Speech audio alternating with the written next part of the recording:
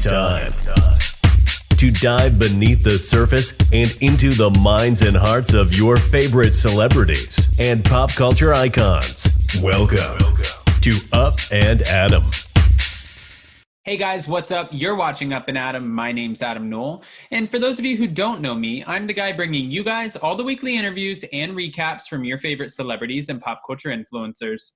But for those of you who do know me, you know that that's not why we're always here, right? Guys, if you haven't already, I'm sure you've heard the news. Monica from All About the Tea dropped the exclusive this Monday about Braunwyn allegedly offering Shannon Bedore's, at the time, 14-year-old daughter, the C word. Obviously, this is a substance that is also known as booger sugar. It's known as I don't have to spell it out. You use it with a credit card. You line it up. It's not good. That's the whole point. It's not good. So we have obviously been trying to figure out what Braunwyn's reaction was going to be, what Bravo's reaction was going to be, more importantly, and how this is going to play out once it becomes public knowledge. Obviously, with Monica from All About the Tea spilling this exclusive, it has already become public knowledge, but we were just waiting for all of the other major blogs, just like All About the Tea, to start picking up on this story and really just spreading like wildfire. And then at that point, Braunwyn was going to have to react. And again, Bravo has to react as a network too. Guys, you have to remember, this is still a business, and every single Bravo celebrity, we like to call them, whether they're housewives, whether they're on some sort of, they could be Married to Medicine, they could be on Southern Charm. It doesn't matter. They're ambassadors for the company. They have to represent the company. And while, yes, they get paid to somewhat act foolish on TV, they still can't go on and say racial slurs. They can't discriminate, and you definitely cannot solicit drugs to a minor. That is the point.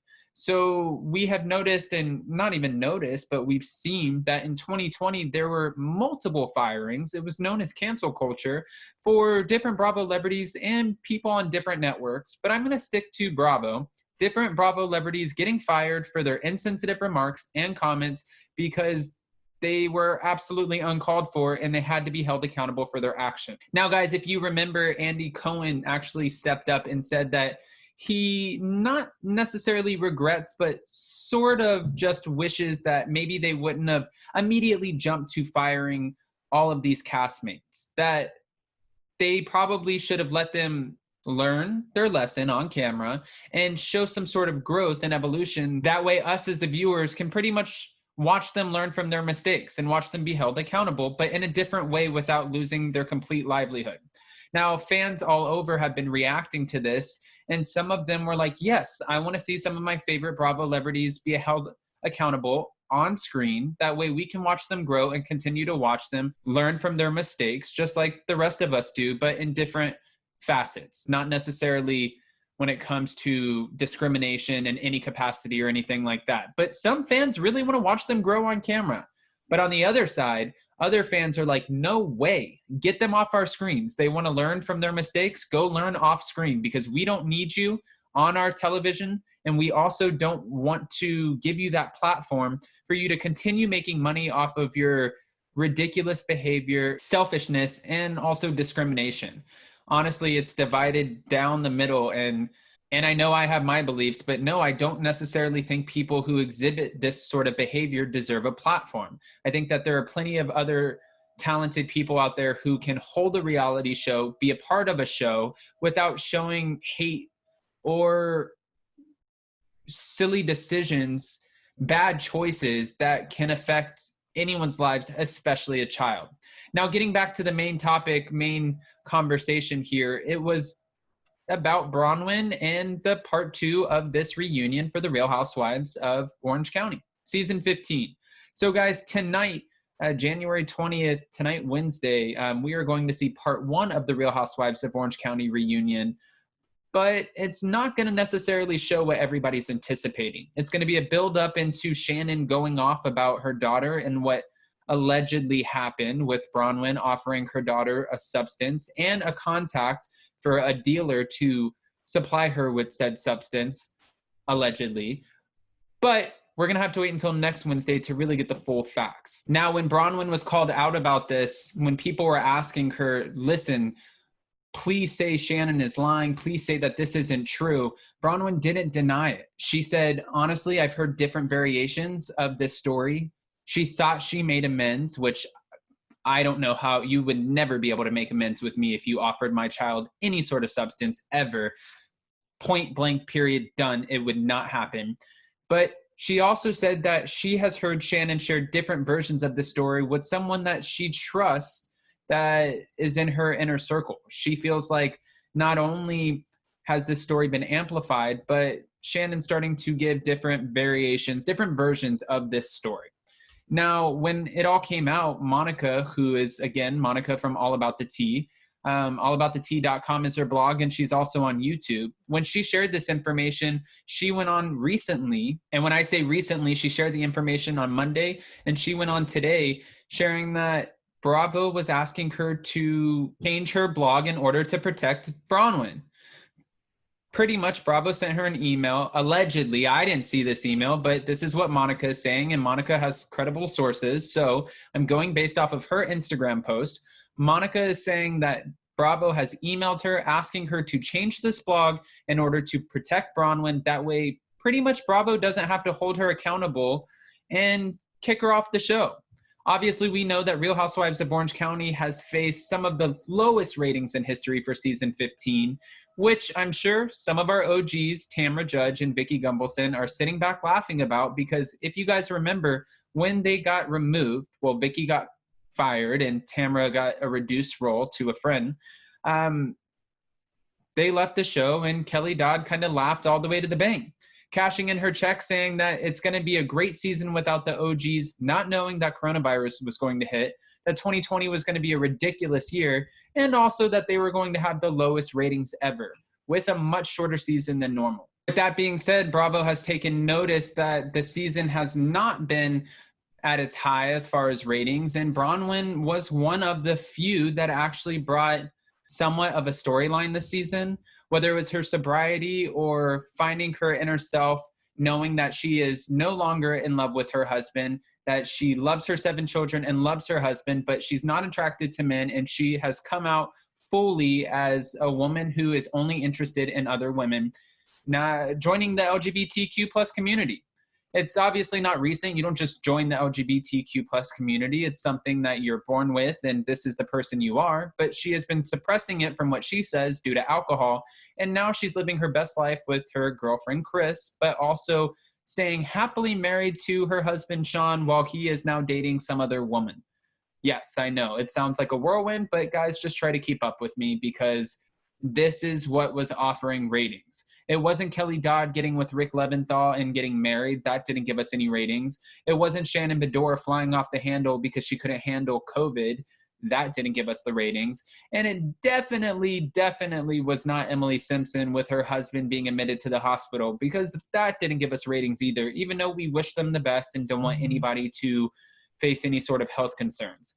Also, it wasn't Gina battling with her ex-husband Matt over this domestic violence case. People are wishing for her well-being, but that's not necessarily a storyline that's going to carry out the ratings. And Elizabeth Lynn Vargas, people are not wanting her back because she took all season to share her tumultuous childhood where she was a part of a cult.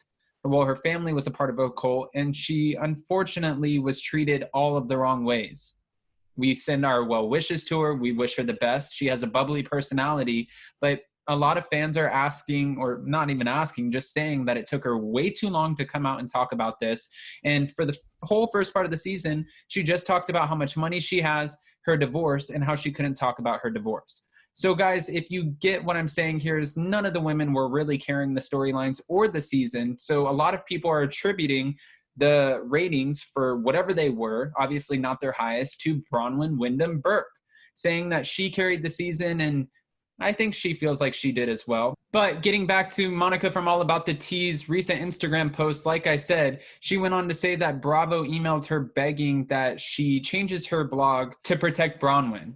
She also went on to say, just like Jeffrey Epstein's friends protected him. Monica went on to say that Bravo knows that they're complicit in this mess, so they are scrambling to go ahead and edit that reunion the best way they know how in order to fix it. She said, however, they cannot stop Newport Beach PD from talking to Shannon's daughter, who was 14 at the time when Braunwyn allegedly offered her the substance, or the dealer that could provide the substance. And Bravo can't stop CPS from investigating the crime. Monica said word for word that Bravo was quick to fire Black Phaedra, but protect their drug addict, drunk, abusive, child predator, white snowflake. Now, obviously, Monica has feelings about this since Bravo is asking her to change her blog, and as a true blogger, I don't see that happening. I obviously know Monica from being on her show on Monday, and we've been in talks before. You know, Monica is a great person, and she's trying to put the story out there. It was also an exclusive that was from her channel, from her blog,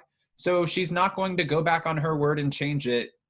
I think that Bravo is in between a rock and a hard place with this one, because fans are calling for them to hold Braunwyn accountable. And by doing so, that means removing her from this platform, recasting for season 16, or some fans are calling for Orange County to be completely eliminated. This is a big deal, especially when you're messing with a blogger who has a massive platform. I mean, she posted that about 3 hours ago and already has over 10,000 views. So there are going to be eyes on this. There are going to be a lot more opinions formed. People are going to want, especially after this comes out next Wednesday on the second part of the reunion, people are going to want this company, this network known as Bravo, to answer for it. Let us know what's going on and how they're going to fix it. And the only way that people feel like they can fix it is by removing Braunwyn from the platform. Also, people feel like Braunwyn shouldn't be on this platform anyways, because she's dealing with her sobriety by being a part of a reality show where people are questioning her and her choices and her alleged lies on this platform, causing her to potentially spiral down even more. This is just one big whirlwind, but I'm so curious what you guys think. What do you think the highlight of tonight's part 1 of the reunion is going to be? How do you think this is going to play out for Braunwyn? What do you think Bravo should do about this? Because like we said, the viewers, the Bravo fans, the super fans are asking Bravo to hold her accountable. I'm just curious to find out what happens next. And do you think we might get some of our OGs back for the Real Housewives of Orange County season 16? Guys, if you didn't remember what I said at the beginning, the reunion is tonight, the part 1 reunion. I will be back tomorrow to recap that reunion. Keep your ears open, your eyes peeled, and let's see what happens next. But I feel like this is about to be a downward spiral. I'm just watching to see. And we'll be back to talk about it. You guys know I love your opinions. I love when you comment. Hit that like button. Comment below. Answer the questions. Please, I want to hear from you. Make sure you hit that subscribe button. It helps us tremendously. We love you guys. Thank you so much for watching, and we'll see you next time. Bye, guys. Thanks for watching Up and Adam.